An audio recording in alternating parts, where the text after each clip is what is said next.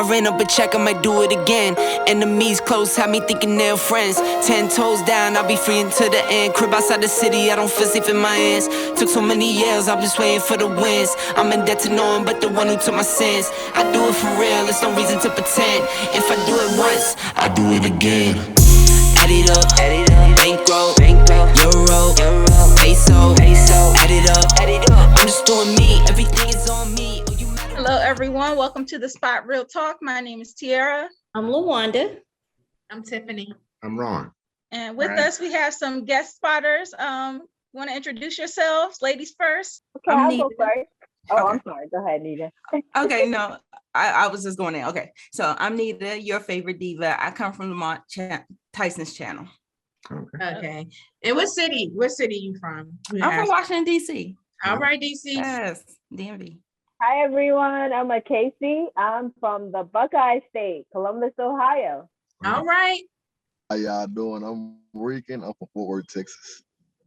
All right. Welcome to the show. And Ryan. Hi, I'm Ryan, and I'm from Burbank, California. Welcome.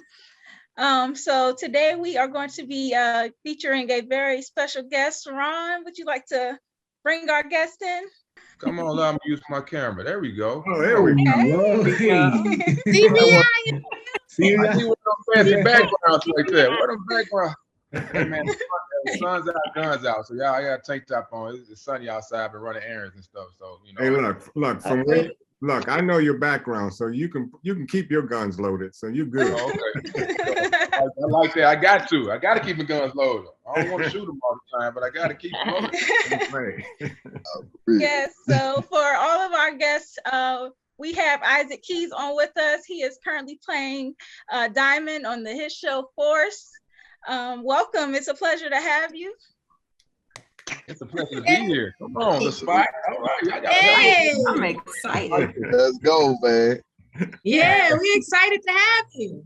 I appreciate it. I'm glad to be here. Y'all been doing having a lot of conversation about what's going on in PowerBook IV. I've been following Okay. Absolutely. I couldn't wait to talk to you. I'm so happy to have you on. But I was beefing with you too. That's right. Let's talk about it. Let's talk about it. Listen, why didn't you stand tall for Tommy, man? Like I understand Jannar. Jannar is a hater. But Diamond, I've been riding for you since the beginning of the season. I've always been defending Diamond. And then when y'all had the little tribunal beer summit behind Tommy's back, and then y'all cut him out the game, I was like, oh, we're going to have to talk to Diamond about that. You know, Diamond been going back and forth on this whole thing. Like, you know, he inserts himself where he feels like, okay, he can insert himself, and then he kind of pulls back on things. So it's a tug of war, because he's still conflicted about how he's going to continue to be involved in CBI, how he's going to let this guy. So people don't realize this. See, y'all know Tommy from New York. Mm-hmm. Diamond don't know no Tommy from New York. Right. True. Because Diamond, he just know who's this crazy white boy that's coming to the city and trying to just, implement himself into it. So I'm still looking at him like, who are you, bro? Like, so Diamond says, see, y'all mindset is still stuck on that, but Diamond's like taking it for what it is in front of him and just understand that part. And I think he's still conflicted about what he wants to do and what's going on right now. Okay, that's understandable. So I have a question for you. How is Diamond feeling about Jannar? I know that they have like this brotherly love thing going on, and Jannar wants you to come back in and kind of be his partner in crime.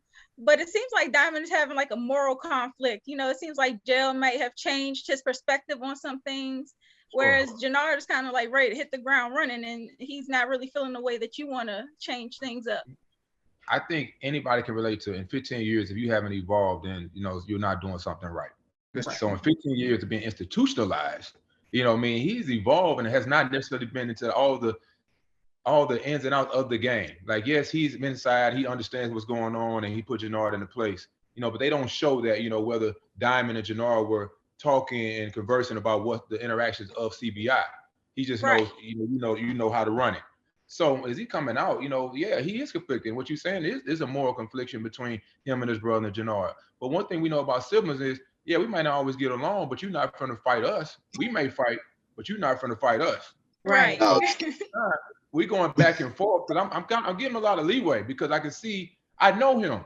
You know what I'm saying? I know him. I know he's off the hat. I know he's different things. So I don't talk all loud to him in a sense. I talk to him in a way that I feel like he can receive it and let him do all that.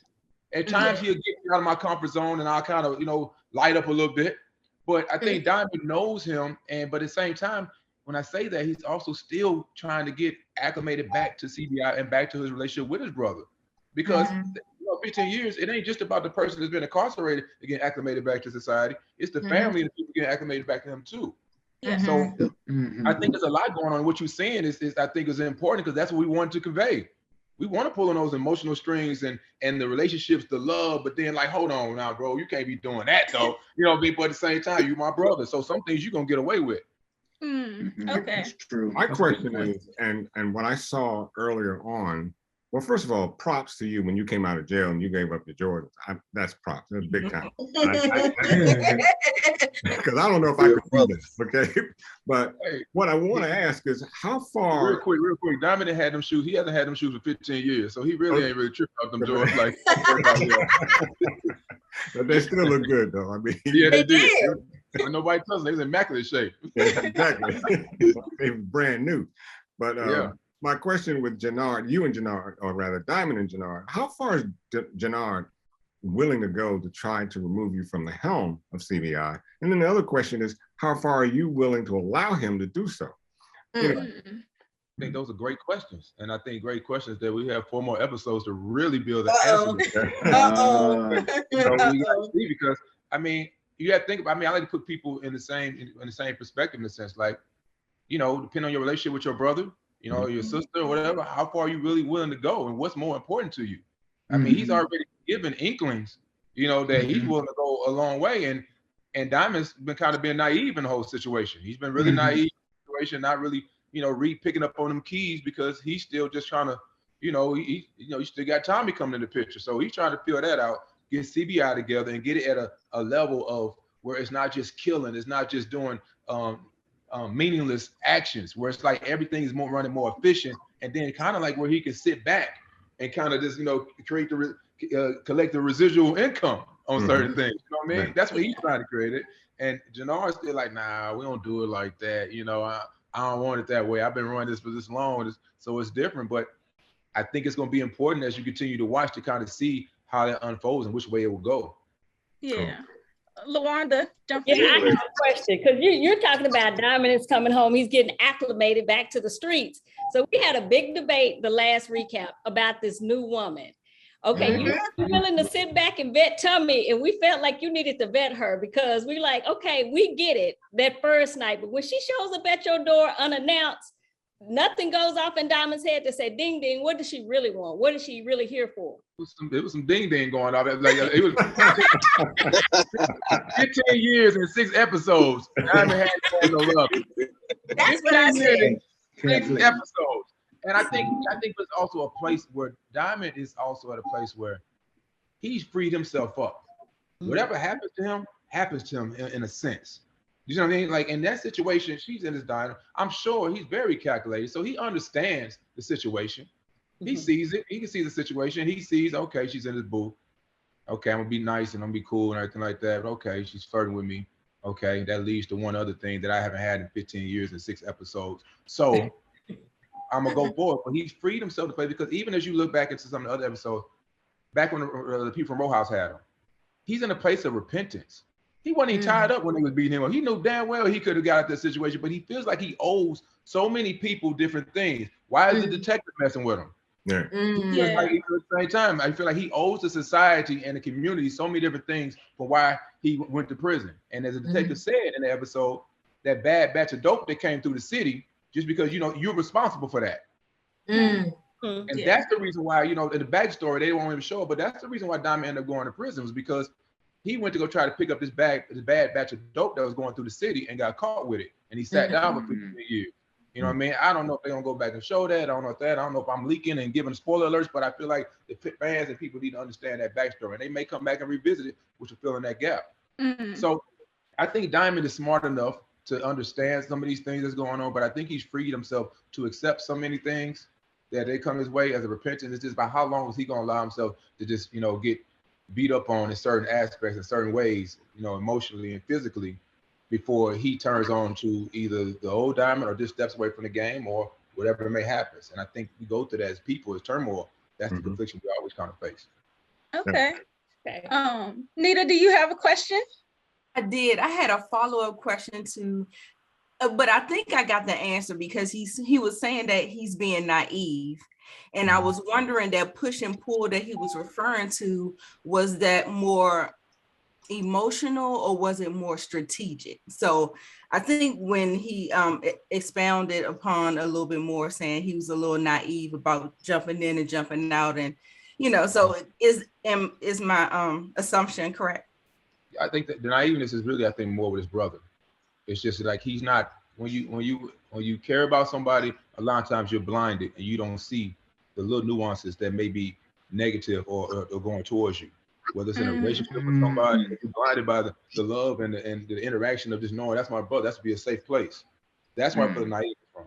Diamond is calculated enough where he still understands that he reads people. He observes the room and he reads it. I don't think, there's nothing wrong with the fans thinking like, oh, he jumped right in the bed with the girl and like that. But at the same time, sometimes you read a person, you just don't let them know that you know what you do know.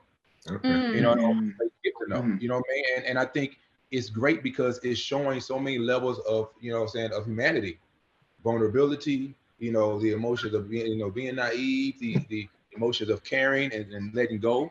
And I think that's what Diamond as the character gives off to people that makes him kind of, I guess, relatable in a sense. Right. Is that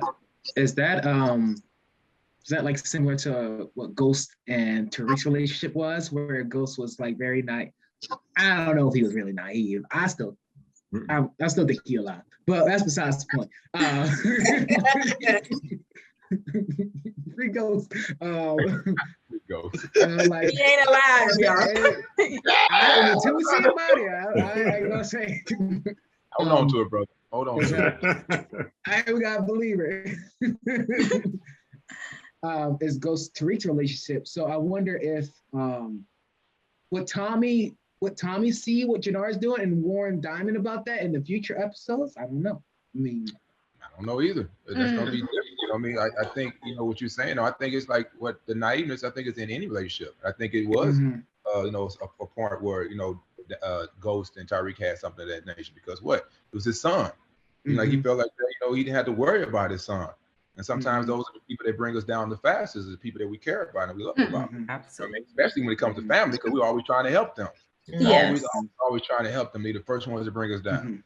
Until you want to love from afar. You're like, I love you, but because you want the best for them. Anybody you care about, you want the best for them. So you're trying and you keep trying. So we'll see. But I'll tell you like this, it's gonna be really exciting. These next 4 episodes are gonna be really, really exciting for the fans, even for me and I think everybody involved. Yeah, definitely. I'm looking forward to it too. Do you have a question? Man, where can I vision that, man? Y'all do so great on the show, bro. It looks so exciting. I'm a huge fan, bro, and I love how y'all able to tap into the character. Oh man, what gives you that motivation to tap into that character? I think it was when I first read this character, the breakdown for my first audition, I was like, I looked around like, are they writing this about me? Like, are they? If I was like, this is not a role that's built for me, I don't know what is. And they teach us not to be attached and actually not to attach to any role and like that. But I'm like, look, I'd audition for Ghost, I'd audition for BMF. I auditioned for these different roles and stuff, and it's like beforehand. And then I got this one, I'm like, okay. And Raising Canaan. I was like, okay, this is it in a sense. But I think what I see in him, I saw the struggle, the mental struggle, the having to transition and pivot in life.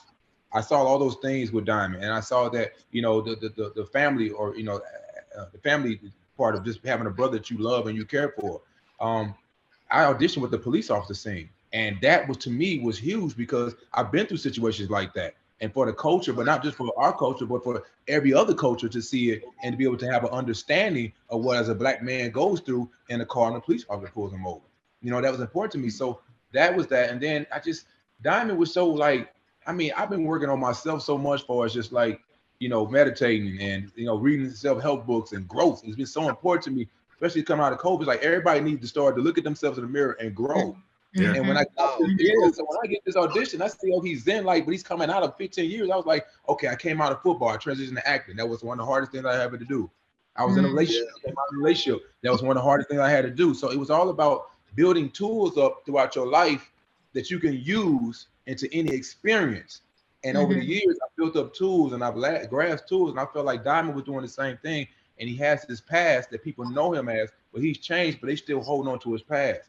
And I think a lot of people understand that because, you know, when you're trying to change, don't mean everybody else wants you to change. That's true. Yeah, we keep hearing Flynn bringing up those racial remarks and trying to remind you of things that happened in the past. We gave Flynn a hand a couple times. Yeah, and Tommy Flanagan is amazing at that. And it's like, and to his, you know, he was so, like, before the scene, he was so genuine. He's like, look, I don't, you know, because it was certain words that were going to be said before, and they kind of changed it. I was like, look, do what you feel comfortable with, but bring it. And I said, just understand, I know you and I know your heart. Do what you got to do. Bring it to the scene, because it's important for people to understand the division in Chicago and how that really, how it's a very segregated city, and that's what Chicago is known for. A very beautiful city, but at the same time, there's segregated sections of it, and we wanted to make sure we highlighted that in a sense, especially when it comes to this type of game of power. And he is remarkable as Walter Flynn, as y'all know. And it's like, yes, he is. I sit back and watch them in awe. Like, I'd be like, everybody, I'd be watching like as a fan. Then, oh, it's my turn. oh, my bad. My bad. Yeah. Yeah, we had Anthony Fleming on, who was playing JP on the show, and he kind of highlighted that about Chicago, and how it really is that big racial divide. And I think we very felt that impact, especially when you brought up the scene with the police officer. Like, that was so impactful. So I think we all felt that. I'm glad I really did. Shout out to the voice, Anthony Fleming. Yeah. He's so cool, boy. He is cool. He is cool. Yeah. You know, I have to say that, man, it's crazy. This cast, man, and I hope y'all continue to see it, but this cast has really been, it's like a lot of love. It's a lot of love. A lot of casts, and a lot of people say it's like a lot of casts don't have this type of love for one another, but we want to uplift one another. We want to see everybody do good, but then when we are in our scenes, we're also like, hey, bring it, come on, you know, like that. We don't even have to say that, because everybody's coming to the scene like, hey, we want to make this the best scene possible.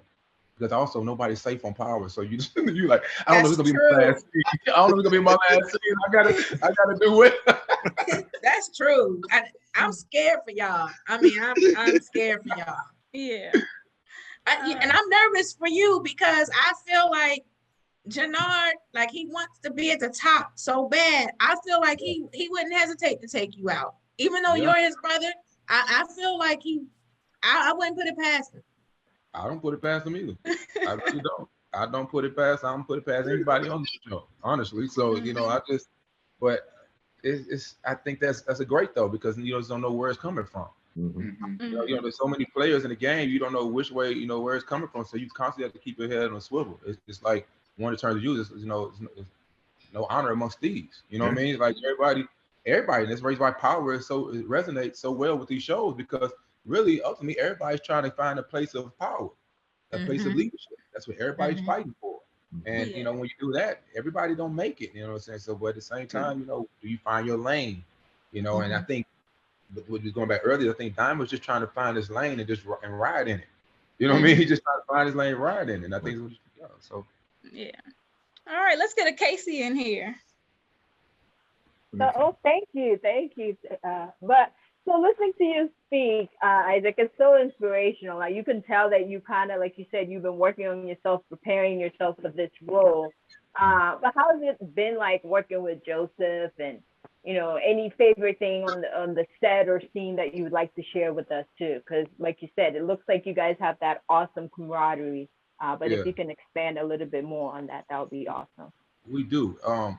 Working with Joseph is like, I always call him the captain, because I refer things to sports and all this stuff all the time. The captain of the team, because I mean, I looked at him. I'm like, you've been on this show for Power. You created this character that people don't even call you by your real name anymore. They see this blue card, they know it's you. And I would lean on him and ask you, like, you know, just like make sure I bring value to the scene. When we're in the scene, like, okay, you need anything from me? You know, like that. And he's like, no, you're good, like that. We would talk, and especially in episode 2. a lot of that was Diamond and Tommy. So we had a lot of time where we spent in the car. We talked about each other's parents. We had to really know each other. Even off set, we go eat when we have a chance to. He worked so much on the show that it's like hard to get him break free, you know what I'm saying? But my thing was also, there was a time when in the barbershop, and you'll see something, it'll come up where it's like everybody's coming at Diamond. You know what I mean? Like everybody's coming to Diamond. And I was like, and I didn't, after the scene, I didn't talk to Chris who plays Jannar. I didn't talk to, you know, who's coming into the next one is Bart, who's on, you know, is gonna come in. And I didn't talk to them after the scene because I was still riled up from the scene. I wanted to fight them. You know what I mean? Like, so, I wanted to fight them. They were sitting on the corner over there. I was like, I ain't going over there. So I said over here, but I had to ask Joseph, like, it made me think about it when I was like, Joseph was going through that for 6 seasons on the show, and how that can really go into your mentals. Like, you got to be able to separate that from, you know, from reality. Mm-hmm. And I was like, wow, you know, so it gave me such an admiration for that. But he's been nothing but a person I can lean on to try to talk to ask questions. And it's funny because even on episode 2 of the car, we'll be outside in the city, and once the people see that blue Mustang, all the Chicago fans, they got Tommy, you my nigga. They're like, yo, you my nigga, Tommy, like that. I'm like, and he's like, all right, you know. And then sometimes, you know, they're shooting a set, people want to come outside their house, and you know, the AD would be like, hey, can you move in like that? I'd be like, don't talk to him like that. I'm telling you, don't talk. Right now, you don't need to do that. We'll shut production down. They'll shut it down. Right. Joseph will go over there. He'd be like, he'll talk to him. You know, it's cool. Like, hey, you know, get a picture, take a picture. Everything be cool because he's so cool with the fans and everything. And it's like, if people, you know, people love him in a sense, and we do too. It's been great to be on part of the show. Mm. I got a question for you. Off power for a second. I'm going to go back to a little history. You were All-American baseball and football. You spent a few years with the Arizona Cardinals. Mm-hmm. And my question basically is, you had the opportunity to play baseball and football. Why'd you choose football? It's a great question. I started playing baseball when I was 5. And I played on every select team out of St. Louis I possibly could play on, whether it was fall ball and playing 2 teams and building on and all. I started playing football when I was 7. But a lot of times I played football, I couldn't make weight. So I would skip a year or I'd go play soccer or do something like that because I was just a husky kid. So like the athletic chubby is like what I call it. So as they go on, baseball was a sport that I felt as though I was excelling in. And my father, you know, he would push me a lot harder in baseball because we knew how good I was in it. But that didn't always sit well with me mentally. And baseball is a very mental sport. Right. Like you can be hitting the ball so well, and all of a sudden it's a slump. You don't know why I'm not hitting the ball. I don't know why I'm doing this mentally. Like I feel like everybody's looking at me like I'm not doing what I'm supposed to do. And so it was hard on myself and relationship with my father, who was very supportive in everything I've done. And he, you know, so as baseball went up, I just kind of got burnt out on baseball, and football was more of my outlet. Football was an outlet. It's an outlet sport. You having a bad day, you go hit the shit out of somebody. That's what you go do. You know what I'm saying? That's how football works. You know what I'm saying? You go take it out on the opponent. Baseball, you doesn't have that opportunity. So baseball, I kind of got burnt out my senior year in high school, and football, even football, my coach told me, he was like, hey, you know, going to my senior year, I played linebacker all the way up. I'm going to my senior year. Okay, yeah, we put in linebacker. All of a sudden, moved me to offensive line. And I said, what? Excuse me, sir? You know what I'm saying? I thought everything I'm supposed to do. Well, we want an athletic center. I said, an athletic center? Well, I'm 190 pounds at this time. You know, I wasn't a big kid at the time. I was growing. But I had 2 options. Either not play football or do what my dad always taught me. He said, be the best at whatever you do. Mm-hmm. And I didn't want to not stop playing football. So I said, I'll be the best center that I possibly can be. Mm-hmm. Now, I did do well at center. I made all conference and all these accolades at center, but that wasn't going to get me recruited to go play at a school. Right. And I knew I wanted to go play in college. I just loved football enough. I wanted to play in college. By this time, I had given up on baseball because I knew it wasn't going to happen much the same kind of future. And so I walked on. I wanted to go to Grambling State. They told me to come back when school started. I said, nah, y'all trying to get me. Y'all trying to get me. So at that point, I walked on at University of North Alabama where my best friend was going. They put me at tight end, and I'm like, I don't play tight end. What are we doing? Why y'all won't let me play linebacker? Am I just, you know? So I'm questioning all the things, and I say all this because I had so many obstacles of no's, that I look back on like, how the hell was I able to get past all these no's and not just stop? And so they moved tight end. I redshirted, but by the end of the season, I knew how to play tight end, but I just didn't like the school, and that's what made me transfer to Morehouse. I transferred to Morehouse, and that's where I just continued my career. And there's a lot of ups and downs, and no's as well too. But I just turned the no's to yeses, man. To make a long story short, in a sense. Well, that's beautiful. That's beautiful. I find it interesting the correlation between the footballers and how acting, you guys transition into acting, but you're able to pull from within, you know, like you have a certain calmness about you guys. Like Omari has the same thing, you do the same thing.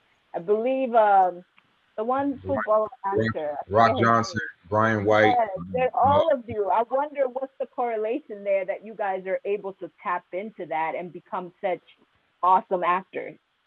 Well, I appreciate that to be in that category. I think some of the correlation is that football is an emotional game, and you have to deal with so much adversity, whether your body, you know, whether you hurt, you know, you got to push through that. But I think the other thing is you deal with a lot of rejection and ups and downs. And in the acting game, you're gonna get so many no's before you even get a yes. You know what I mean? Like so many no's. Even if they don't tell you no, you didn't get a call. That's still a no. And I think what happens is that we understand that, but we also understand that we got to continue to work on our craft and continue to be disciplined to be able to kind of like, okay, I'm gonna go to acting class, or I'm gonna continue to work on this, or I'm gonna be resilient enough to not let these no's keep me from doing what I need to do. And then I think what it helped for me was that I was able to use all that emotion from football. Now I had to learn to verbalize it. You know what I'm saying? To use it in things, but also was therapy. Acting was therapy because in football, you know, I was going through so much of just not, you know, playing when I want to play and practice squad, active roster, all these different things in the NFL. That when I came out, I was bitter. I was angry. I was angry that I didn't get, because I knew I was better than most people. They would tell me I was better than the people that be in front of me, you know, that I was backing up or not. So acting kind of saved me in a way. Yeah, I didn't know what I was getting ready to do after football. I didn't know what I was getting ready to do. And that transition period was the same thing Diamond had, in a sense. I didn't know what I was getting ready to do. And some of the decisions I was making, I didn't know what was going to come, what would be the outcome of those decisions. So therapy was my acting. And then from there, I just found passion in it. And the hardest thing when you transition for something that you were so passionate about is find that same passion in something else. If not, you're stuck in limbo. True. Awesome. Well, I have one more question. Okay. So you graduated you went to Morehouse, graduated from Morehouse. So I'm an HBCU grad, and one of the things we know is that we know that they prepare you. They definitely prepare you for adversity, but there's also a lot of love and support there. So how do you feel like Morehouse prepared you, and do you still find that kind of camaraderie with other probably Morehouse, Fleming grads in the industry? Oh yeah, well, great question. And yes, so as you said earlier, you know, the adversity and a sense of community. Yes, so I learned how to make something out of nothing at times, being in HBCU, or how to get things done. You know, of course, the education was phenomenal, but I think it was more for me was networking and learning how to make things happen.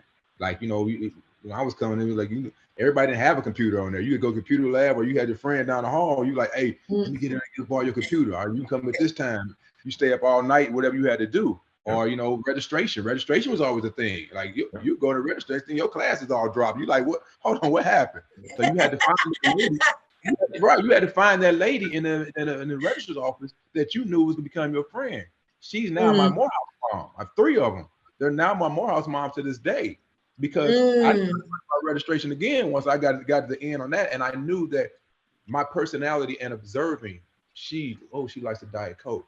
Okay, let me go get this Diet Coke and bring it to her table and understand. I understood how to implement myself in ways not manipulative, but in ways of just using my personality to get to know people, how to make things happen and talk to other people. Like I always tell people, keep your eyes and ears wide open, because that's how you learn.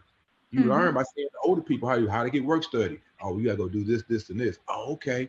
You know what I'm saying? Like that. So to this day, I have so many, I call family members, from the athletic director, from coaches, to all my friends that we on a group text. We started a Morehouse Football Alumni Association, which is a 501c3 nonprofit where we raise money. We do big things for homecoming, but we also try to get scholarships back to football players unless they have them, meal plans, and we also try to do events as well too, to try to give back to at least our athletic program, because sometimes that is neglected from some of the other things that the school is bringing in.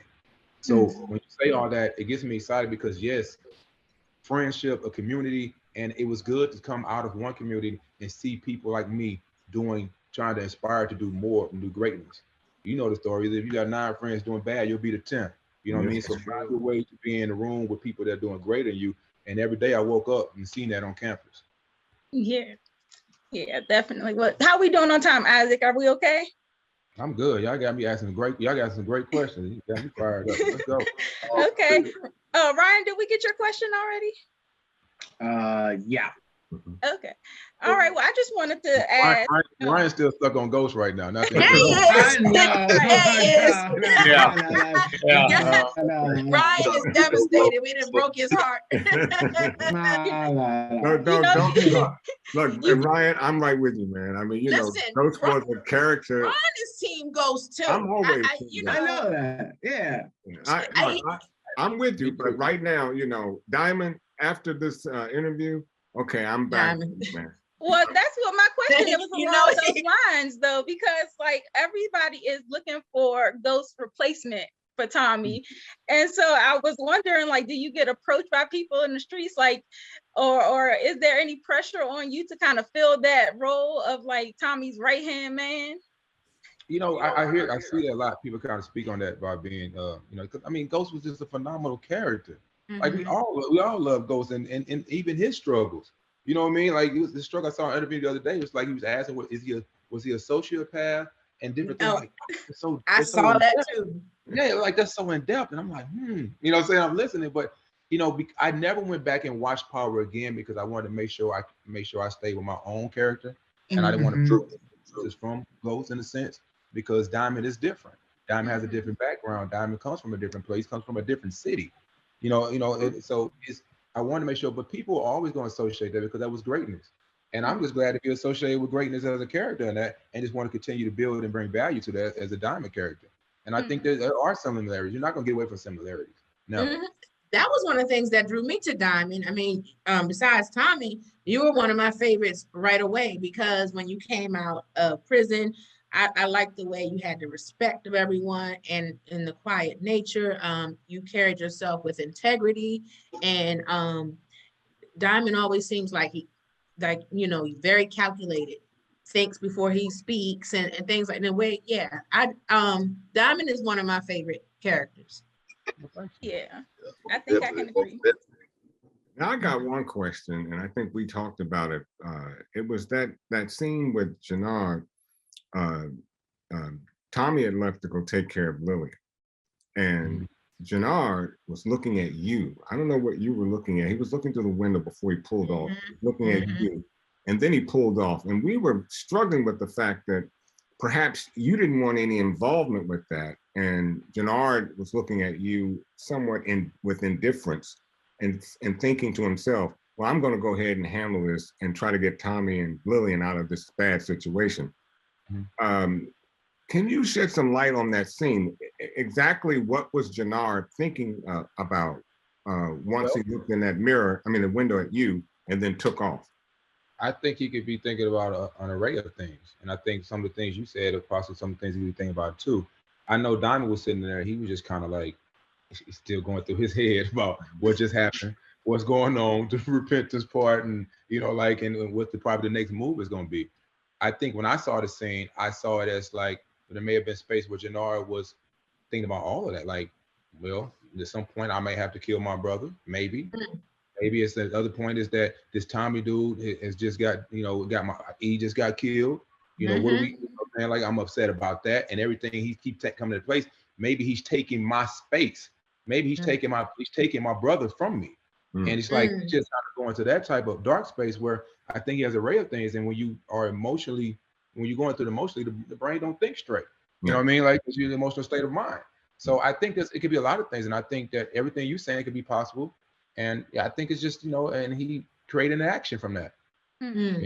He chose an action, and I don't know which one. All the thoughts are going to his head, but he chose one. Okay. Well, awesome. We want to be mindful of your time.